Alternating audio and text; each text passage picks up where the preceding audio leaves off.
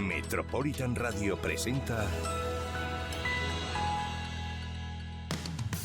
6, 5, 4, 3, 2, 1. Comienza con Altura, un programa inteligente para mentes inquietas, con Lola Gracia. Muy buenas, bienvenidos un día más a Con Altura aquí en Metropolitan Radio.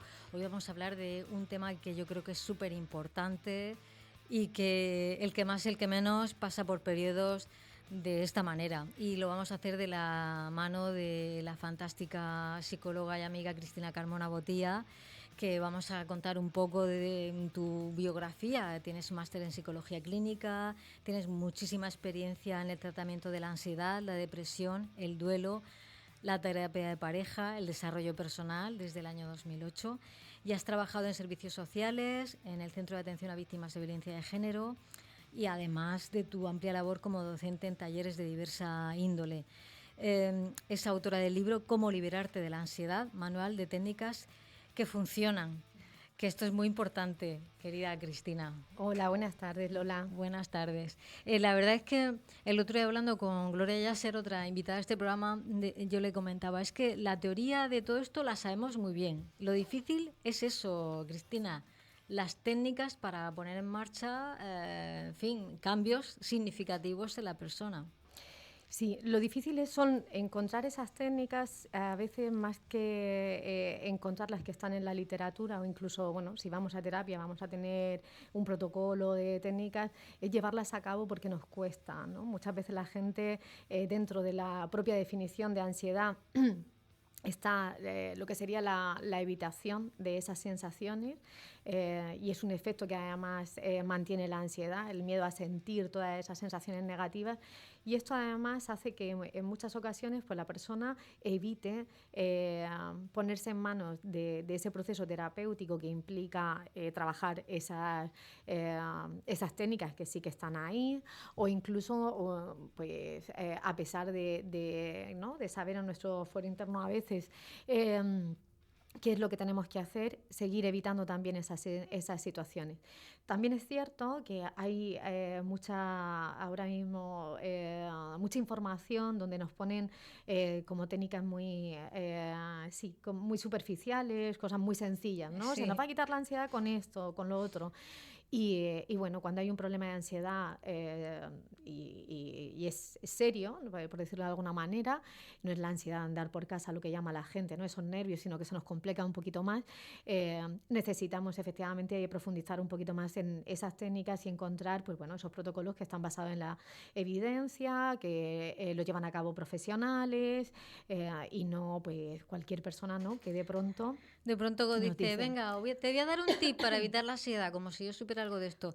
Sí que es verdad que, hablando con otro psicólogo que ha pasado por aquí, con Altura, Pedro Jara, llegamos a esa conclusión, que realmente todas estas frases bonitas para ser feliz, y etcétera, etcétera, está muy bien, si no están mal. Quiero decir, que nos digamos cosas bonitas y seamos positivos no está mal, pero realmente hay que buscar la solución al problema, hay que ver las causas, el origen y claro, y el tratamiento, el ir paso por paso solucionando cada cosa. Cada fase del problema. Hay una tendencia importante ahora mismo con el tema así de todo ese positivismo que es maravilloso, ¿no? Lo que pasa es que hay que distinguir cuando pues tenemos esas frases motivacionales o esos tips, ¿no? Cuando no hay un problema de base en un estado de salud, ¿no? De salud mental, vamos a decirlo así. En un estado de salud mental, todas esas frases motivacionales, esos tips, están muy bien, se quedan ahí como, ¿no? Como una parte de nuestro registro donde en determinados momentos pues, los podemos tener presentes y son geniales. Cuando hay un problema de base y un problema serio de salud mental y hay un trastorno de ansiedad, una alteración un poquito más seria, pues todo esto se nos queda muy corto. Todo esto se nos queda muy corto y a veces pues estiramos, ¿no? La gente intenta, y está bien, intentan está bien, quiero decir, es lógico, es normal, una persona intenta de buenas a primeras pues salir por sus propios medios y buscar esa solución. Y a veces pues tiramos de todo este tipo de información. Pero como decía, al final esto es un arma de doble filo, porque si me apoyo en eso y no busco la ayuda adecuada, pues igual estoy retrasando también ese proceso terapéutico. Eso bueno, no dejan de ser parches, que al final sí, no terminan de solucionar el problema. efectivamente, no dejan de ser parches. Y eso a veces lo que hace es que alarga o cronifica el proceso, que también, y dificulta que la recuperación pues se haga pues más rápida, que se haga bien, que se haga... Sí, puede complicar la situación, claro. Uh-huh. Para la gente que nos esté escuchando y viendo, ¿cómo podríamos definir la ansiedad? Vale, pues la ansiedad es una emoción de alerta que en principio nos pone de manifiesto que algo no está funcionando. El problema es que ese algo suele ser una interpretación catastrófica de algo que estamos anticipando que va a ocurrir, con lo cual estamos llevando como mucho más, más allá las circunstancias reales.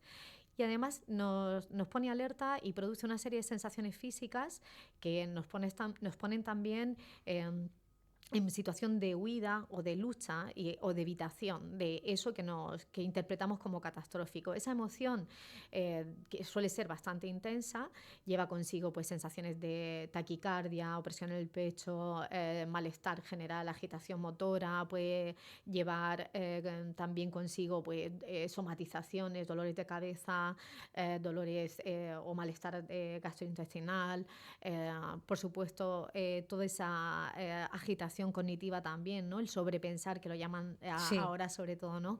La rumiación, que diríamos desde un término psicológico.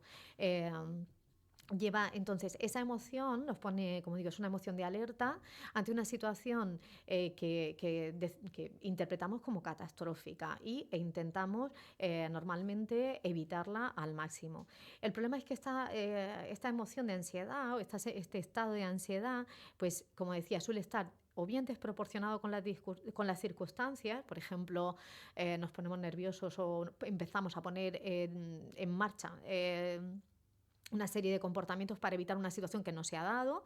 Por ejemplo, los estudiantes ahora que están estudiando para la PAU, ¿no? Sí, pues un estudiante que ante esa situación de esa prueba académica, pues que anticipe que va a ser un desastre, que no le va a salir bien, que no le va a dar la nota, y además eso le provoca automáticamente unas sensaciones físicas muy fuertes también, como decía, ¿no? Esa sensación de taquicardia, ahogo, mareos, puede ser incluso parestesias.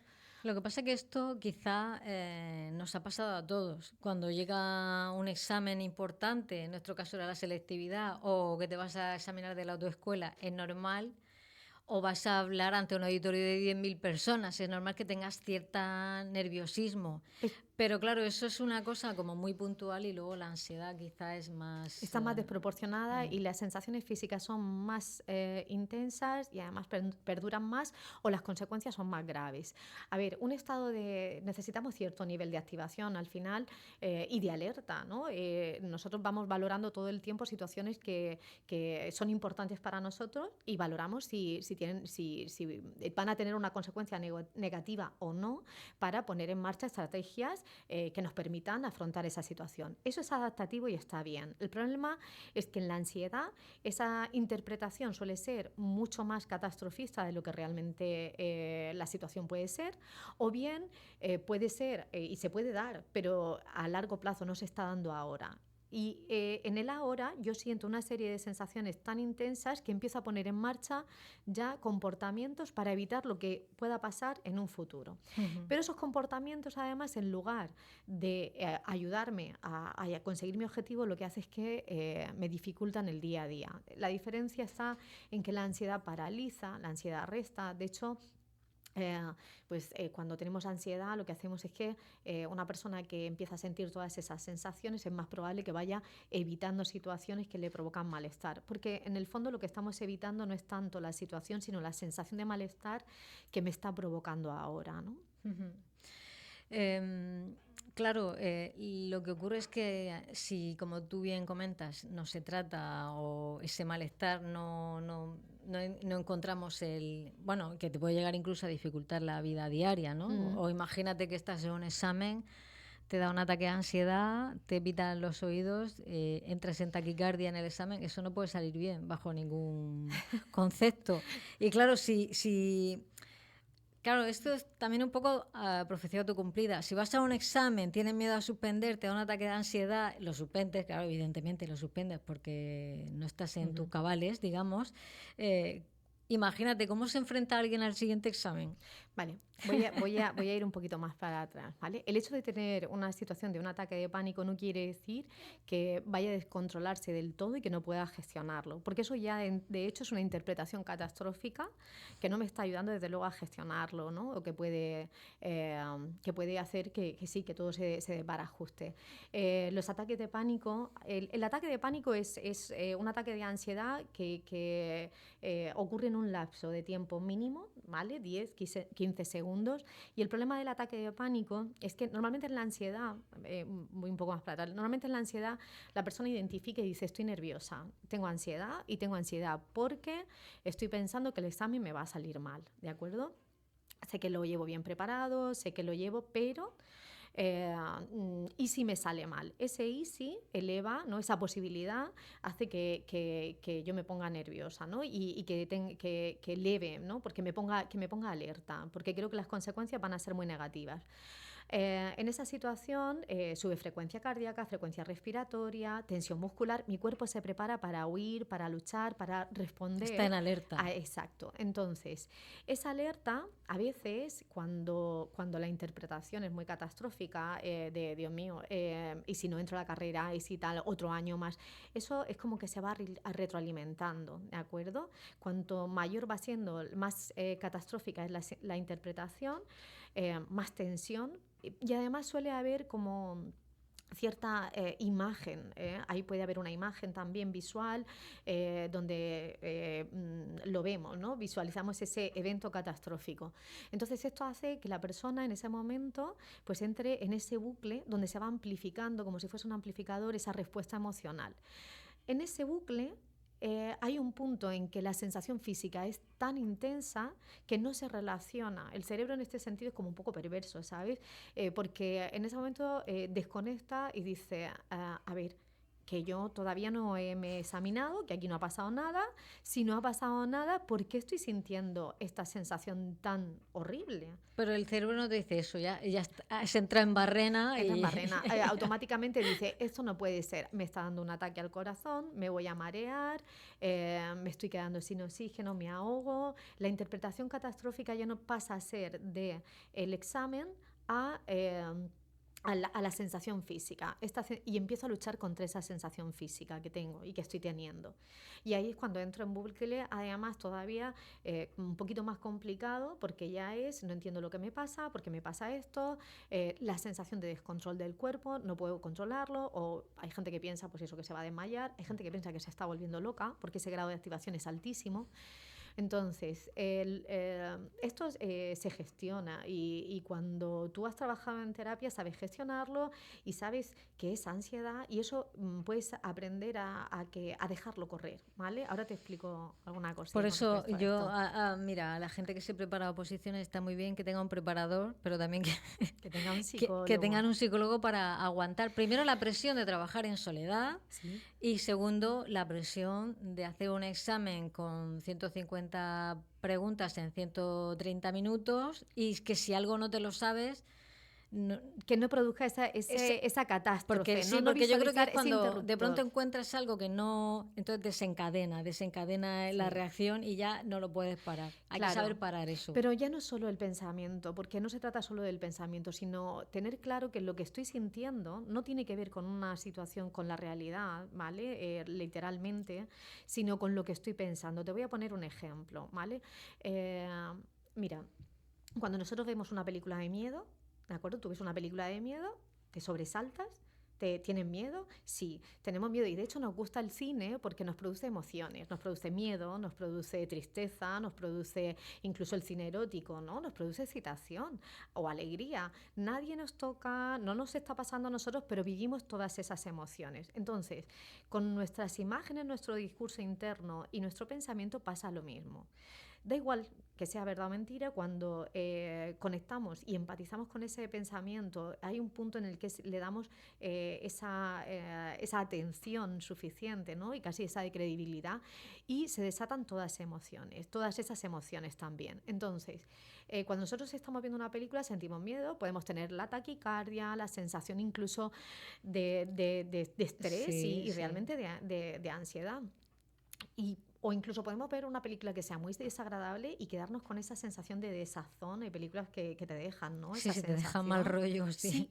Y sin embargo no nos peleamos con esas sensaciones, ¿no? Identificamos muy bien que son cosas que están pasando. Pero esto, como es de la película... Ahí está fuera. No soy yo, no me pasa a mí, y no me peleo con esa sensación que tengo en el cuerpo, dejo que se vaya, que vuele, ¿no? En la ansiedad no pasa eso. Cuando tenemos ansiedad, ahí nuestro discurso interno es: si estoy pensando que me va a salir mal, yo soy la protagonista, además estoy sintiendo estas emociones negativas y me estoy poniendo nerviosa, ¿será que es cierto? Y entonces, en lugar de tomar distancia y decir, vamos a ver, que no ha pasado todavía, solo estoy pensándolo y no tiene por qué ser así, no, me fusiono con ese pensamiento, con esa sensación física, y ahí es donde se...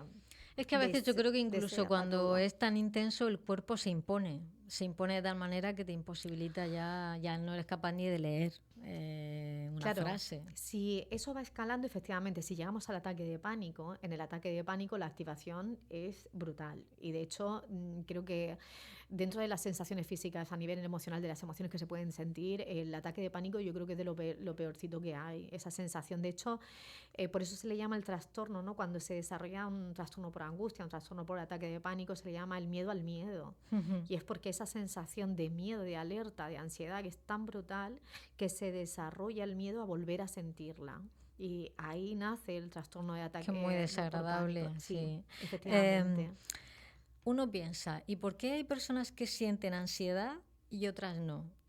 ¿Esto es una cosa química de nuestro cerebro o a lo mejor hay personas que han tenido, yo qué sé, han sufrido un shock postraumático por cualquier cosa de la vida, o tienen unas malas experiencias y ya van prevenidas a lo que pueda pasar? ¿Es una cuestión de actitud? ¿Es una cuestión química del cerebro? Es que,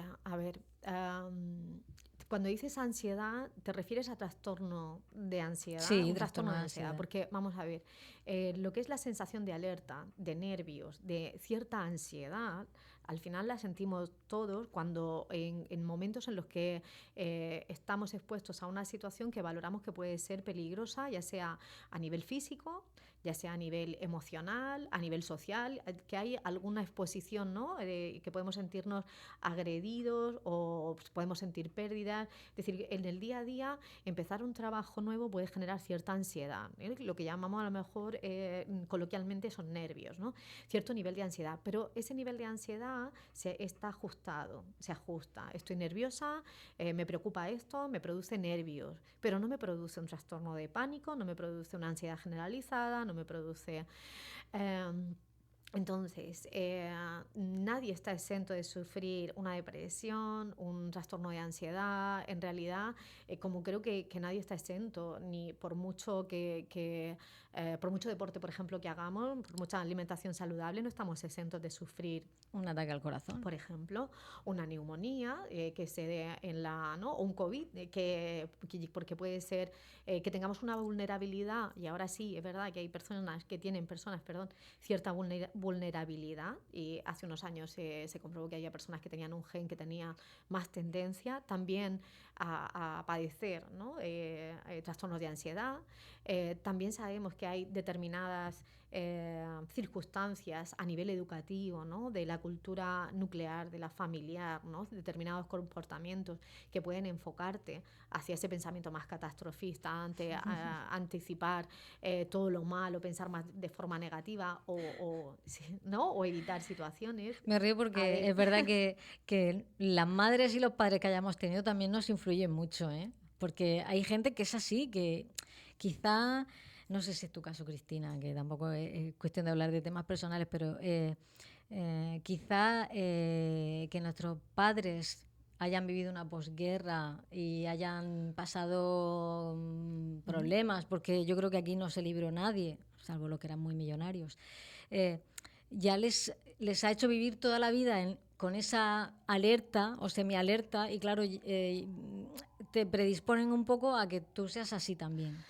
Porque ese pensamiento, no diría que negativo, ¿vale? Pero un pensamiento de prevención, como mínimo. Prevención como mínimo. A ver, lo que pasa es que no sé muy bien a quién te estás refiriendo con la posguerra y demás. En Me general, estoy refiriendo con las experiencias pasadas. Si las experiencias pasadas pueden, tuyas o de tus antepasados, pueden suponer que tengas un problema de ansiedad o una predisposición a sufrir ansiedad o depresión. Y cuando dices antepasado, me da la sensación de que nos metemos en terrenos un poco complicados. Ya, pero bueno, digamos, no antepasado de 7 generaciones, sino un antepasado reciente. A ver, la cultura que tú has vivido en casa, la cultura de tu ciudad, de tu país, las experiencias, implican, a ver, es que creencias, implican valores, implican prioridades a la hora de, ¿no? de organizar tu vida. Nosotros no venimos, no nacemos así claro, y de repente exactamente, tenemos una conciencia y unos valores, no, esos valores, esa conciencia, esas creencias religiosas, culturales, familiares vienen y se nos dan ¿no? en todo nuestro desarrollo y nos vamos formando como personas y vamos adquiriendo toda esa información. Hay cosas con las que nos quedamos y de hecho también es cierto que dentro de una familia, una misma familia, tú puedes ver personas que se enfrentan de forma distinta y responden de forma distinta. Entonces, ¿tiene cierto peso? Sí, sin duda, pero no podemos quedarnos solo con eso. No es determinante. A ver, al final tenemos pues eso, unas características, un temperamento que viene de base, unas características genéticas, una cultura como decía, familiar, nuclear, de todo, que también van poniendo y que nos van imprimiendo una serie de premisas con las que luego vamos a ir funcionando y a partir de ahí también la persona va tomando sus propias decisiones y va generando sus propias experiencias y va afianzando una forma de ver el mundo, de enfrentarse a él y como decía, ¿no? Dentro de una misma familia tú ves personas que en principio han tenido una educación, fíjate que ahora digo también en principio, tampoco se educa siempre, ¿no? Al primer hijo, al segundo, al tercero, hay todo un... Pero bueno, vamos a suponer que hay una base común y aún así la respuesta de esos hijos van a ser distintas también, pueden ser muy distintas ante determinados problemas o demás. Salvando esto, sí que si hemos crecido toda la vida, tenemos más probabilidades, ¿no? Si hemos crecido toda la vida oyendo pues por ejemplo, hay cosas muy básicas que están en el imaginario colectivo, ¿no? Premisas con las que funcionamos. Si toda la vida hemos crecido oyendo el término se pasa el arroz, ¿vale? Te voy a poner algo muy básico. Una mujer cuando a cierta edad no tiene hijos, que se le va a pasar el arroz, o que lo oímos que se le lo dicen, que es algo que se dice popularmente. Pues probablemente el día que decida tener hijos, si no consigo tenerlos y tengo cierta edad, eso va a estar ahí dando vueltas, ¿no? Y probablemente ese pensamiento pues genere, porque además tiene connotaciones negativas también, ¿no? Bueno, también las tiene y muchas, ¿no? Lleva ahí asociado una serie de prejuicios. De prejuicios. Y de como que la mujer falla y en fin, que no debería ser así, también. Claro. Entonces, y va a generar esas sensaciones negativas y puede generar cierta ansiedad. Incluso en mujeres jóvenes, a lo mejor, ¿no? Que no tienen incluso ningún problema, pero que lo deciden y empiezan a ver pues todo ese tipo ¿no? empieza a llegar todos esos pensamientos. Digo esto como puedo decir, pues yo qué sé, cualquier otro... otra cosa que se pueda dar, otra premisa, por decirlo, o valor que se pueda dar en la familia, ¿no?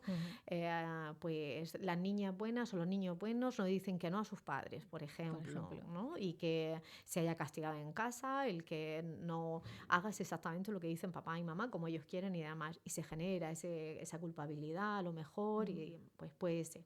Lógicamente, al final nos nutrimos de todo eso. Pero bueno, como te decía, al fin no todo lo vamos a recibir de la misma manera, no todos respondemos y no todos luego lo trabajamos tampoco de la misma manera, porque hay gente que ese tipo de personas que ese tipo de cosas las van a integrar, las van a o las trabajan o las aceptan y las dejan ir, Sí, ¿no? yo creo que en algunos casos la actitud de la persona y a lo mejor, pues yo qué sé, si sabe que aquí no está bien, pues se va a otro sitio y empezar en un nuevo lugar sin todos estos pensamientos tóxicos en la cabeza, también puede hacer que la vida sea completamente diferente.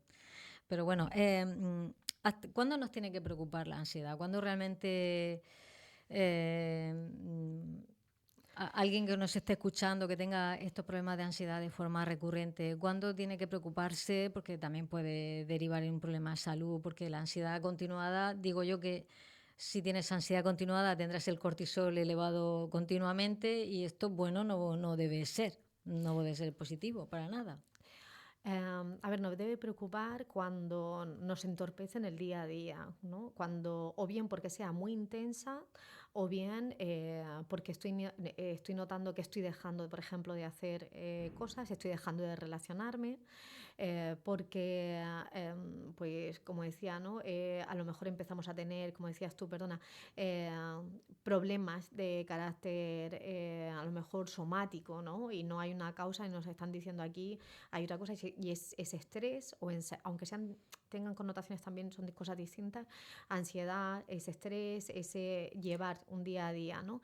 Yo lo comparo un poco con un coche. Si tú un coche lo llevas el motor, ¿no? Le pisas y le pisas, pero no cambias de marcha, lo llevas revolucionado, al final ese motor Lo que lo más. revientas, claro, efectivamente.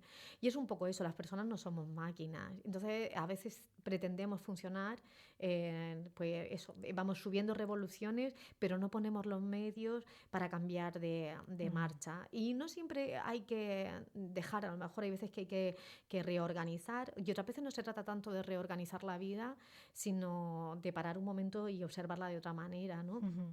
Pero bueno, yo diría eso, que sobre todo cuando en el día a día empiezo a notar que estoy dejando de hacer cosas que normalmente hacía. Normalmente cuando hay una ansiedad elevada, las personas dejan de hacer cosas, ¿no? Dejan de ir, pues, por ejemplo, pues, o dejan de ir a clase, o de salir con los amigos, o dejan de salir por la tarde, tomarse el café, de hacer deporte. Estamos empezando, quizá ahí ya el problema está demasiado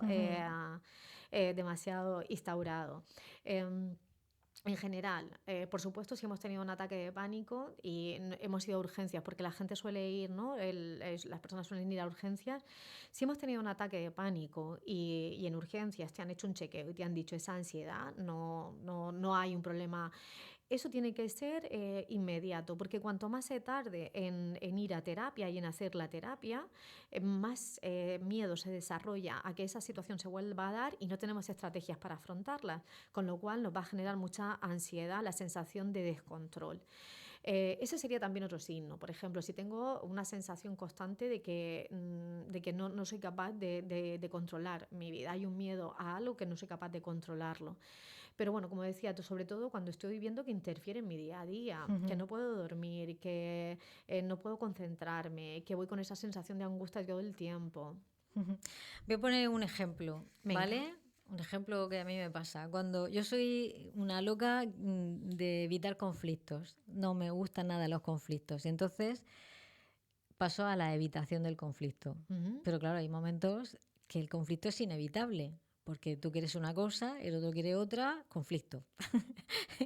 Que es fantástico para las películas, los Vale. conflictos, pero el día a día pues es complicado. Entonces, una persona que evita el conflicto va retrasando a lo mejor enfrentarse a ciertas situaciones, a esas conversaciones incómodas pero necesarias, y cuando llega el momento de hacerlo, pues ¡pum! Ataque de ansiedad. Entonces, Venga. ¿cómo podemos hacer esto? Hacerlo como si fuese una película, como diciendo, bueno, da igual, hay que enfrentarse a este conflicto y el resultado da lo mismo. Yo ¿cómo lo Bueno, hacemos? si decimos el resultado da lo mismo, nos estamos engañando porque precisamente no nos da lo mismo, ¿no? Y quizás lo primero es aceptar que me genera malestar. si hay algo que mantiene la ansiedad y la mantiene pues, indefinidamente, es la evitación. Cuanto más evitamos, más ese estado de ansiedad lo mantenemos más en el tiempo y además es como que se va macerando, ¿no? Porque voy creando ese estado de alerta. Me acerco, Sí. estoy viendo por ahí, perdón. Voy... Decía, se va macerando ese estado de ansiedad, ¿no? Esa interpretación catastrofista, ese postergar, evitar el conflicto no nos ayuda a nada. Además, no solo no nos ayuda, sino que es como, en este sentido, la ansiedad funciona como los ordenadores, ¿no? Es como vamos abriendo pestañas y programas, ¿vale? Y si no cerramos pestañas y programas, ¿qué pasa? Pues que el ordenador también... Se peta. Se peta. Bueno, pues con la ansiedad pasa lo mismo. Eso es una pestaña que se abre y se abre todos los días. Y un programa, y además, una pestaña, un programa, y además nos genera... se lleva mucha velocidad de procesamiento, ¿vale? Porque es algo que nos preocupa, que nos genera mucho malestar y nos reclama mucha atención. Y nos tiene también ahí rumiando el pensamiento. Exacto. Entonces, que eso gasta una cantidad de energía. Sí, gasta mucha energía y nos quita además el concentrarnos en las cosas importantes o en las que necesitamos. Entonces, ¿qué es lo que tenemos que hacer? Pues una de las primeras cosas yo creo que es poner sobre la mesa este tipo de cosas. ¿Cuánto me está llevando realmente el posponer este conflicto o afrontar esta circunstancia? Porque, como decíamos, el gasto energético, de procesamiento, de malestar o el hecho de que no me concentre en otras cosas es mucho más negativo que lo que realmente probablemente vaya a ser luego afrontar el conflicto.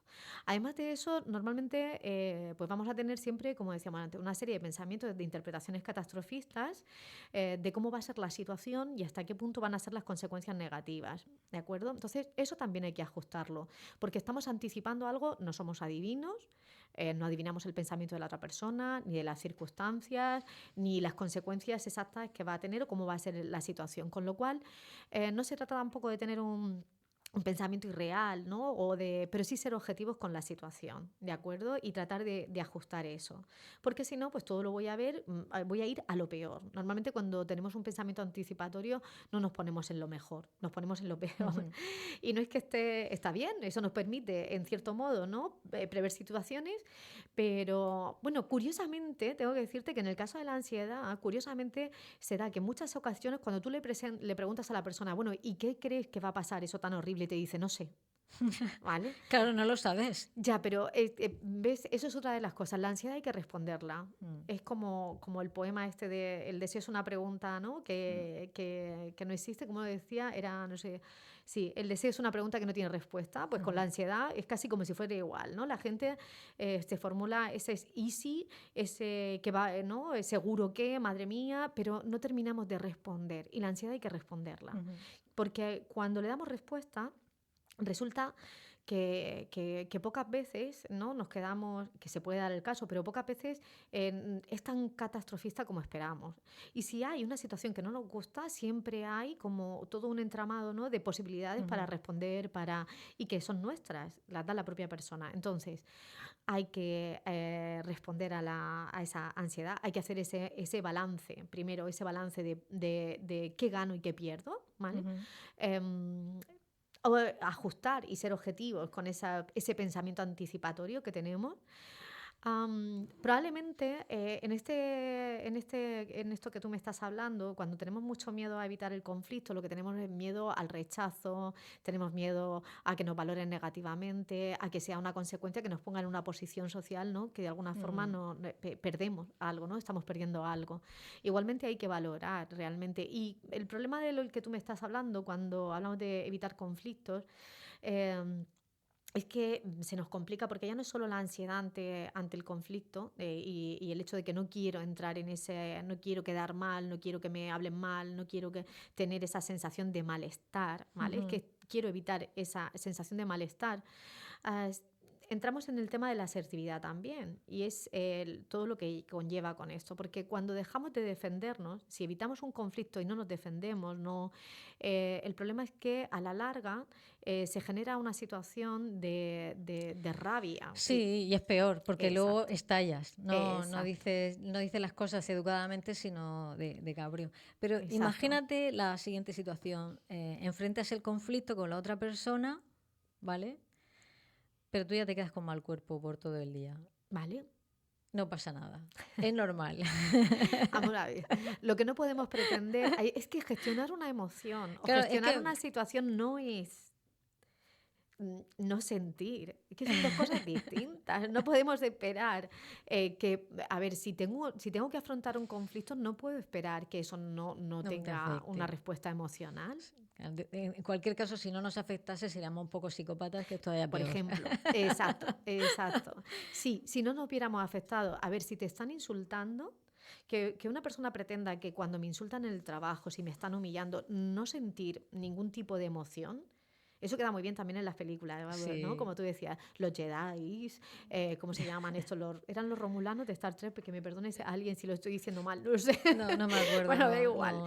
Eh, Sí, que hay gente que les resbala, ¿no? Ya, pero es muy difícil. pero no es que sea difícil, es que además está mal. O sea, no se trata de que nos resbalen las cosas, no se trata de que se trata de asumir que nos vamos a sentir mal. No, es lógico que si voy a discutir contigo vaya con cierto grado de nervio, de ansiedad, pues claro, es lógico que si eso no va bien y no llegamos a un acuerdo, si no se establecen unos términos en los que más o menos sintamos que ha sido, ¿no? un tú a tú y bien, ¿no? Hemos ganado las dos a lo mejor, ¿no? Que me sienta mal, o si tú me insultas durante ese conflicto, pues es que si no me sintiera mal, es que aquí hay otra cosa, y es que hablábamos de la ansiedad como una emoción que nos permite, nos pone alerta, ¿no? Ante algo que nos preocupa, y aquí hablaríamos también de la rabia, la ira, el enfado. Si no tenemos esas emociones, no nos defendemos, ¿vale? Necesitamos esa emoción para poder luchar una injusticia, para defender nuestros derechos. Entonces, si nosotros suprimimos esa emoción, ¿quién va a luchar? ¿Por qué?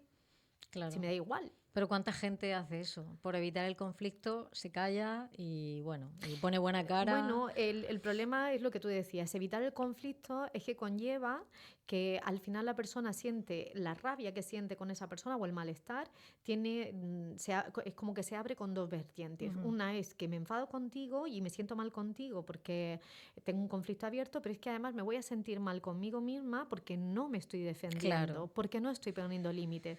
Y eso luego conlleva baja autoestima, conlleva pues situaciones donde se puede complicar mucho. O sea, no evitemos el conflicto y si nos queda un poco de mal cuerpo ese día, pues ya está. Es la consecuencia que tenemos que pagar por afrontar algo que es desagradable, ya está. O sea, que hacerlo, pero fíjate cómo lo estás diciendo, es la consecuencia. Mira, yo pues suelo poner el ejemplo de las atracciones de feria también, ¿vale? Vale. Las atracciones de feria. ¿Por qué funcionan las atracciones de feria? ¿Por qué nos gusta ir a la feria? Cuando tú te subes a una atracción de feria, realmente... Bueno, de eso a la montaña rusa yo estoy muerta de miedo. Efectivamente. Cuando va a empezar. Pero bueno, pues pasa tan rápido. Sí, pasa rápido, pero tú cuando estás arriba y oyes la sirena de que eso se acaba, a ti no se te pasan las emociones de golpe, no la tienes ahí, pero es que tú te bajas de esa atracción y te bajas y ¿cómo está tu cuerpo? A mil. Y no nos peleamos con esa sensación, no decimos, pues no debería tener esta sensación, no. Asumimos que esa sensación está acorde con esa circunstancia que acaba de ocurrir. Con esta situación de conflicto pasa lo mismo. O sea, si yo he tenido un conflicto abierto, es lógico que sienta rabia, que sienta malestar o que sienta nervios si me estoy sintiendo agredida, y no tengo que pelearme con esa emoción, tengo que dejar que poco a poco se desactive. Igual que el dolor. Yo me tomo una pastilla y a mí no se me pasa el dolor de golpe. Necesita un tiempo para desactivarse. Y con las emociones pasa lo mismo. El problema es que cuando entendemos que la hemos gestionado, queremos que eso se pase ya. ¿No? Es como, sí. ya está, ¿no? No, pues hay que dejar que eso se desactive y hay que dejar que esa emoción se vaya diluyendo. Pero me encanta lo que comentas de intentar verlo desde fuera. Sí. También es fácil de decir, difícil de conseguir. Efectivamente, sí, porque esto es algo que se trabaja mucho en terapia y es separarte de... Imagino que es como ensayarlo, es como el que ensaya mucho algo hasta que ya te sale solo. Claro, es que al contrario también, ¿no? Hay mucha automatización.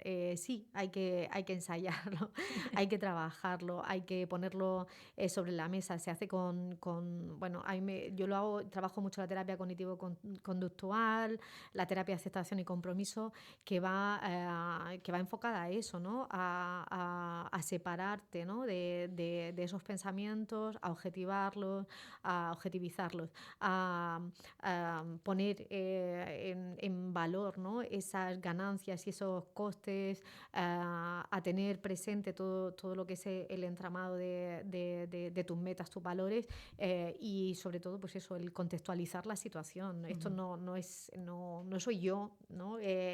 No soy yo y no tengo que pelearme contra mí, sino que lo pongo en ese mapa y soy capaz de ver todas estas circunstancias, y es cuando realmente se produce ese proceso, además de donde dejas de pelearte con la emoción y se diluye, ¿no? Ese bucle, ¿no? que había se va empezado. apagando, Sí. se va como el fade out de las canciones, ya cada vez Sí, suena menos, sí, ya cada vez sí. suena menos.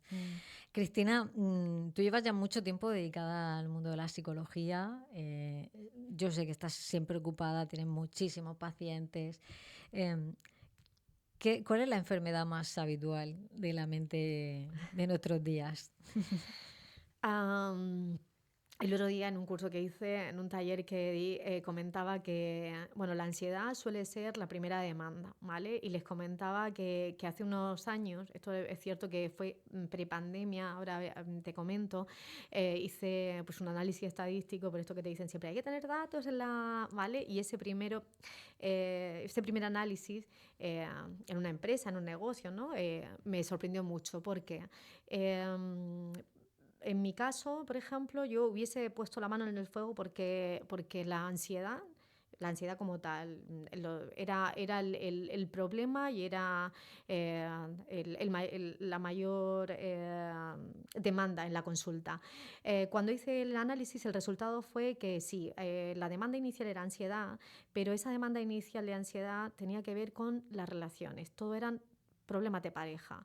Ansiedad porque no estoy bien con mi pareja, porque me ha dejado mi pareja, porque no sé si quiero a mi pareja, porque no sabe mi pareja si me quiere, porque tenemos un conflicto bueno, todo lo que estaba en ese marco de lo que son las relaciones personales y en concreto las relaciones de pareja. Esto me sorprendió mucho, porque ya te digo, yo hubiese puesto la mano en el fuego que iba más como algo más genérico. Sí. Entonces, sí que la demanda suele ser ansiedad, ¿vale? En los últimos años, además, y pospandemia y demás, ha habido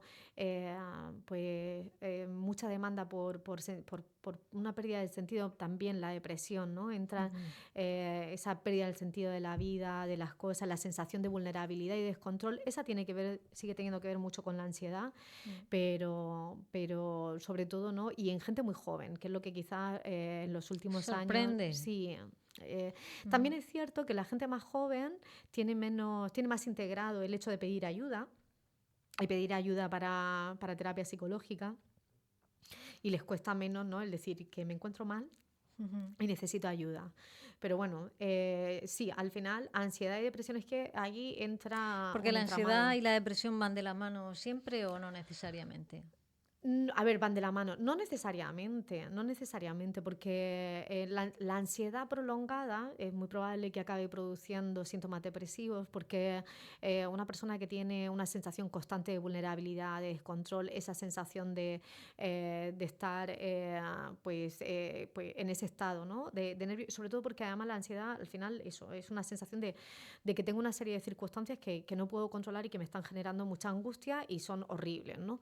Entonces, mantener lo que decías antes, ¿no? Ese estado de forma continuada perdón, hace que la persona se sienta, que tenga la sensación de que no hay forma de terminar con eso, Sí, de se salir, siente impotente. sí, de la impotencia, eso lleva la indefensión, que, ¿no? Un concepto que llamamos la sensación de indefensión aprendida, es decir, la sensación de que no hay salida. Que da igual que hagamos lo que hagamos porque nos va a salir siempre mal y ya pues...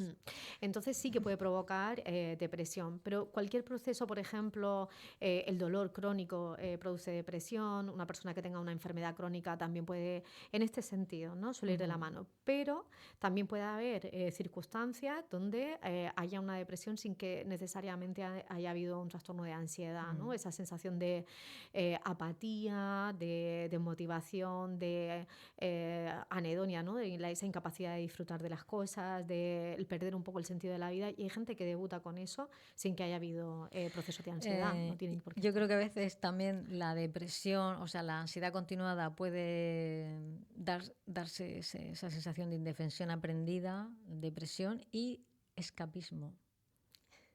Porque yo creo que mucha gente que escapa de esa sensación de, bueno, da igual todo lo que haga, todo lo que luche, me va a salir todo mal, pues me escapo. ¿Cómo me escapo? Pues viendo series, que ahora lo tenemos chupado, o hay gente que se escapa con otro tipo de sustancias, etcétera, etcétera. El escapismo. ¿Tú eso lo ves? ¿Ves que hay gente que va luego por esos derroteros que, hombre, siguen sin resolver el problema, pero es como una anestesia? Cuando hay, has dicho ansiedad en concreto, Sí. ¿no? Hablas de la ansiedad. Cuando hay ansiedad, se suelen evitar situaciones y se buscan estrategias para minimizar el impacto de esas emociones que estamos sintiendo, de esas sensaciones negativas. Una de ellas puede ser, por ejemplo, pues sí, evitar cualquier contacto con la vida real, con las situaciones, y quedarme en ese nicho que puede ser estar conmigo mismo nada más que viendo la tele, ¿no? Si eso me produce tranquilidad y placer inicialmente, lo voy a mantener. Igual pasa con la comida, por ejemplo, También. que además son respuestas que el organismo aprende, detecta que le producen relajación, con lo cual si aquí estoy tranquilo y relajado voy a tratar de mantenerlo. Porque además me cuesta más, ¿no? Es más desagradable inicialmente afrontar las emociones negativas y tratar de... Que comerme una hamburguesa. Sí, por ejemplo. Puede pasar, por supuesto, con cualquier tipo de adicción también, ¿de acuerdo? O incluso, pues sí, pues las redes también puede ser una forma de anestesiarnos, ¿no? Un poco esa forma de no conectar con ese malestar que tengo, de dejarlo correr y crear una burbuja. Supongo que te refieres a eso. Sí. Yo creo que también vivimos en una época muy propicia para todo eso. Es decir, es tan fácil hoy día escapar de la introspección de tus propias emociones a través de las redes, las series. Hoy es muy fácil. Entonces, claro, es también muy fácil engañarse a uno mismo y decir, no, si a mí no me pasa nada, porque tienes un poco de mal rollo, pero bueno, me pongo en TikTok 2 minutos, me río y ya está. Y se me ha pasado. ¿No? Pues fíjate que estaba pensando, digo, bueno, no sé cómo afrontarán en este sentido, ¿no? Al final eso genera otra clase de problemas. No sé cómo afrontarán, no sé qué genera otra clase de problemas. Claro, una dependencia. ¿No? Genera una dependencia, genera problemas de pareja también, problemas de convivencia, porque al final si utilizas uno de estos medios, que puede ser las redes, ¿no? O puede ser otra cosa, otra adicción más complicada. Complicada se puede complicar todo. Todo. Una ludopatía, por ejemplo. Por ejemplo. A ver, todo eso suelen ser formas de evitar una situación de malestar y tratar de un poco, sí, de anestesiarnos o de buscar, sí, un escape. Entonces, pues bueno, sí que es verdad que ahora pues hay más, sumamos, ¿no? Otra serie y además las tenemos en casa en cualquier momento, e inicialmente no tienen por qué parecer nocivas, pero sí que, por ejemplo, en las parejas y demás se da mucho conflicto a este respecto, porque donde hay un problema en la pareja de comunicación, pues se evita muchas veces y la gente se centra en las redes y demás, y lo que hacen es, pues lo que decíamos antes, lo mantiene y lo agrava todavía aún más, ¿no? Y luego yo veo, por ejemplo, imagínate, la gente joven, muy joven, que han vivido una vida muy buena, nada que ver con la de nuestros abuelos y padres, que ha sido una vida más dura, y entonces la sensación de fracaso, de frustración, están como menos preparados para eso. Y quizá me da la sensación de que los jóvenes se encierran en su habitación con sus videojuegos, un poco también para evitar la frustración que la chica que me gusta me diga que no y bueno, pues lo voy pasando, pero al final ya no le voy a decir nada por si me vuelve a decir que no y nos quedamos ahí anclados en ese... Pues ahí me pilla un poco, Lola, porque no sé hasta qué punto, no sé hasta qué punto quiero decir, no sé muy bien qué va antes o qué va después, ¿vale? Hay mucha gente joven que se expone mucho socialmente y no, eso sí, lo que decíamos antes, al final los juegos, las redes son una vía de escape y si ya de entrada tienes dificultades, pues esto te lo está facilitando, desde luego. Por otro lado, también son un punto donde se generan, ya no solo porque se genere adicción, sino por el contenido que se consume, al mismo tiempo también les devuelve muchas veces circunstancias que le van a provocar baja autoestima, que le van a provocar exigencias más altas, porque tienden a ver en general. Bueno, sí, esto pasa por la comparación, ¿no? Exacto. Sí. Sí, el FOMO, ¿no? Que hablábamos en otras ocasiones, ¿no? Además ves gente que tiene como vidas perfectas, estudiantes perfectos, cuerpos perfectos, gente que todo el tiempo tiene pues una vida súper apasionada, súper divertida y hasta le puede generar la sensación de que son poca cosa, de que no hacen, ¿no? El miedo a estar fuera de onda o no estar en esa... no tener esas vidas tan... Entonces, a ver, es un factor que puede funcionar como evitación, al mismo tiempo se puede posicionar como el problema inicial. No sé, hay tantas cosas, Luego, habría que verlo caso por caso. Claro. Caso por caso y situación por situación, ¿no? Focalizando en distintos problemas. El fracaso, por ejemplo, es otra cosa que decías, ¿no? Gestionan peor el fracaso, lo que sí que hay ahora es que como hay esa cierta tendencia o obsesión, lo que decíamos antes, a que tienes que sentirte bien, poder gestionar emociones, no tener emociones negativas, a veces se hacen un lío, porque nos hacemos todo un lío. Normal, porque hay demasiados mensajes al mismo tiempo. Sí, entonces sí que quizá ahí se valora mucho el hecho de que si me siento mal, pues esto no está bien, o no debería enfadarme esto, lo que hablábamos antes, no debería enfadarme esto, pues debería poder gestionarlo, los niveles de exigencia ahora mismo y la competitividad entre adolescentes es altísima. Nosotros, cuando hablamos coloquialmente, aquí me voy un poco a la parte más coloquial, yo lo noto en la consulta porque llegan más. Sí que es verdad que no sé si o sea, yo antes, este volumen de adolescentes con estos niveles de exigencia, de competitividad, de perfeccionismo. Sí. Sí, pues quizá o antes no buscaban, no hacían terapia, no la demandaban, o están aumentando también, ¿no? Que creemos que también está aumentando bastante. Entonces, se me ha ido un poco hablando del fracaso, perdón. Que los jóvenes tienen un nivel de exigencia brutal con ellos mismos. Sí, muy alto. Hay mucha competitividad y se permiten menos el fracaso y se permiten menos el error, ¿no? Es como que fallar, pero no a todos tampoco. No a todos tampoco, ¿no? Pero sí que demandan más esa ayuda psicológica. Tenemos la concepción de que son más frágiles, que les cuesta más. Pero sin embargo sí saben pedir ayuda, que es muy importante, ¿eh? Que a lo mejor nuestros padres, abuelos o nosotros mismos, yo puedo, que es lo que dice mucha gente y no, puedes, pero no, puedes hasta cierto punto y no pasa nada si se pide ayuda, claro. De hecho, ayer mismo me parece que leía un estudio que hablaba de que la gente que tiene más dificultad en pedir ayuda es la franja entre los 40, 50 y tantos, ¿no? Ahí hay una, ahora mismo... la mía. Sí, pero porque está muy integrado en la gente más joven, el ir al psicólogo, el pedir ayuda y esa franja por cultura, por educación. Yo creo que es por educación, porque se nos ha educado para ser fuertes, que es una palabra que a mí, como dice, eres una luchadora. No, yo quiero ser una campeona, ya estoy harta de luchar. Pero nos han enseñado a ser fuertes, ya que no pidamos demasiado, nos exijamos que ya bastante tenemos con lo que hemos tenido, porque hemos tenido mucha suerte en comparación con nuestros padres y nuestros abuelos.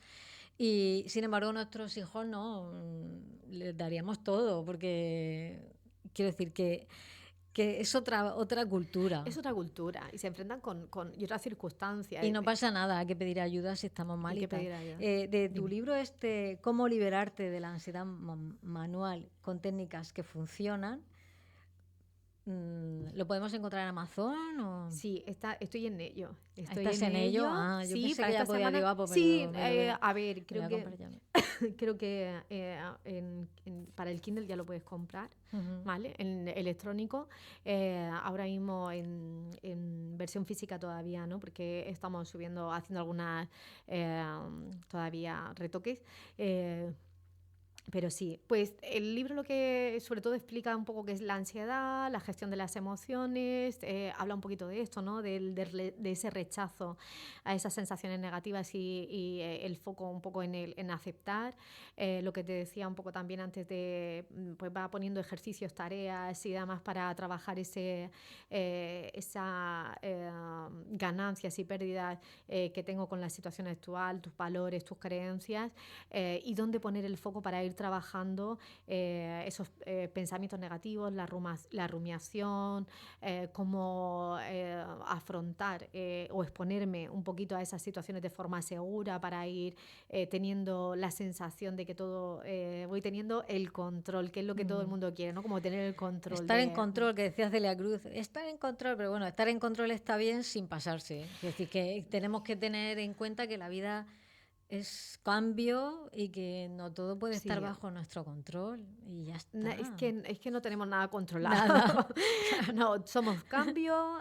Nosotros no somos la misma persona hoy que hace 20 años, ni que hace 5 probablemente. Ni que hace 2 semanas, no, a lo mejor. Ni físicamente, ni emocionalmente, ni las circunstancias no son nada, pero tenemos esa obsesión con mantenerlo todo controlado y con no sentirnos vulnerables, ¿no? Sí. Que es lo que, entonces, pues, son ejercicios, son propuestas para aceptar esas emociones y gestionarlas de forma adaptativa, que sean algo que nos ayude y que no nos frene, básicamente. ¿Sabes que hay una rapera, que no recuerdo su nombre ahora, que le recomendó a su psicóloga hacer 2 páginas de introspección diaria a mano?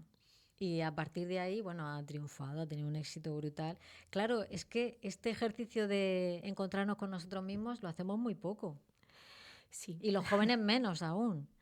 Bueno, hay de todo también, yo creo. Algunos son introspectivos de más, pero de bueno. más, sí, algunos sí son de más. A ver, y hay adultos que tampoco lo han hecho, ni lo hacen, ni quieren hacerlo. Es como preguntarse quién soy, a dónde ¿Qué voy? quiero hacer? Sí. ¿Qué es lo que me gusta? En el caso de un artista, ¿dónde quiero que vaya mi arte? ¿Qué quiero conseguir en el mundo? En fin. Esas son preguntas preciosas, ¿verdad? Que muchas veces, pues, que deberíamos hacerlas con cierta frecuencia, ¿no? No hace falta estar todos los días, pero sí con cierta frecuencia. Pero no solo qué quiero, qué he conseguido, cómo he cambiado, cómo no hacer ese análisis personal de dónde estoy y de dónde vengo y hacia dónde quiero ir. Que suena, sí, muy filosófico, pero sí que es verdad que a veces y de hecho yo es una de las técnicas, y en el libro creo que también está, si no me equivoco, es el hacer ese balance de dónde vengo. ¿Cada cuánto lo hacemos el balance? ¿Cada 6 meses? Pues mira, yo el balance lo suelo hacer de forma anual y además por esto de la Navidad y el Año Nuevo, yo lo hago anualmente en diciembre. Me gusta hacer ese balance y además hago el balance pues eso, de lo que he conseguido. A veces tengo que ir a una retrospectiva un poquito más atrás, otras veces está más ajustada en el último año.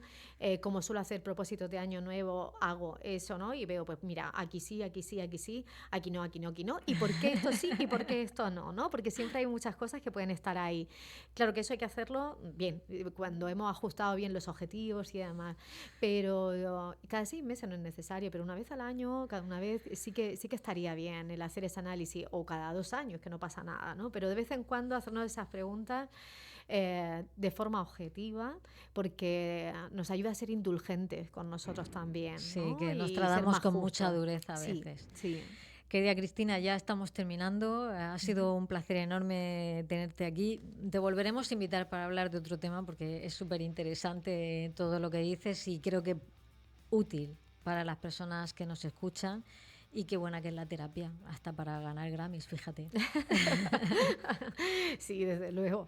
Es raro que de una terapia bien hecha se saque algo malo, ¿no? Todo lo mejor es, o sea, todo lo que puede ser es que mejores en alguno o debes mejorar en muchos aspectos. Yo encantada, Lola, de estar contigo, sabes que sí, y sobre todo de poder aportar, ¿no?, un granito de arena a alguien y de darle luz.